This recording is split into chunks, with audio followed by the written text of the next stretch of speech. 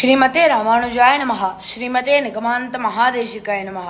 श्रीमान वेंकटनाथार्य कवितार्किक केसरी वेदांताचार्य वर्यो में सन्निधत्तां सदा हृदि। இன்றைய நாள் நாம் 20ஆம் ஸ்லோகத்தின் சரத்தை அனுபவிப்போம். விலுப்த மூர்தன்ய லிபிக்ரமாணாம் சுரேந்திர சூடா பதலாலிதானாம் त्वदंग्रि राजीव रजक्कनानाम भूया प्रसादो मैनाथ भूयात. விலுப்த என்றால் அழிக்கிறது. விலுப்த மூர்தன்ய என்றால் நம் தலை. லிபிக்ரஹா என்றால் எழுத்து.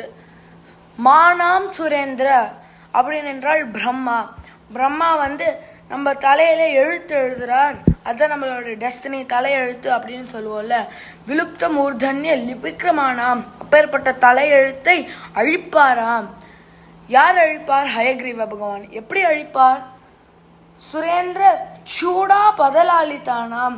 சூடா பதலாலிதாம் என்றால் சிந்தாமணிக்கல் போன்று இருக்கும் திருவடியிலேருந்து அந்த தூள் வருது இல்லையா, அந்த தூளால சுவாமி ஹயக்ரீவர் எல்லார்கிட்டயும் இருக்கிற அந்த தலையெழுத்தை அழித்து விட்டு எல்லாருக்குமே நல்லதையே செய்வார் அப்படின்னு சுவாமி தேசிகன் கூறுகின்றார். விலுப்த மூர்தன்ய லிபிக்ரமானாம் சுரேந்திர சூடாபதலாலிதானாம் त्वदंग्रि ராஜீவ ரஜக்கனானாம். எப்படி இருக்க அந்த திருவடி? ராஜீவ ரஜக்கனானாம், தாமரை போல இருக்கிறதா ஹயக்ரீவ பகவானோட திருவடி. பூயா பிரசாதோ மைநாத பூயாத்து. அப்பேற்பட்ட திருவடியிலேருந்து வரும் தூள் எனக்கும் கிடைக்க வேண்டாமா? எனக்கும் அந்த எக்ஸ்பீரியன்ஸ் அனுபவம் கிடைக்க வேண்டாமா அப்படின்னு சுவாமி தேசிகன் இந்த ஸ்லோகத்தில் ஹயக்ரீவ பகவானை தன் திருவடியின் தூளை சுவாமி தேசிகருக்கு அளிக்க வேண்டும் என்று சுவாமி பிரார்த்திக்கிறார்.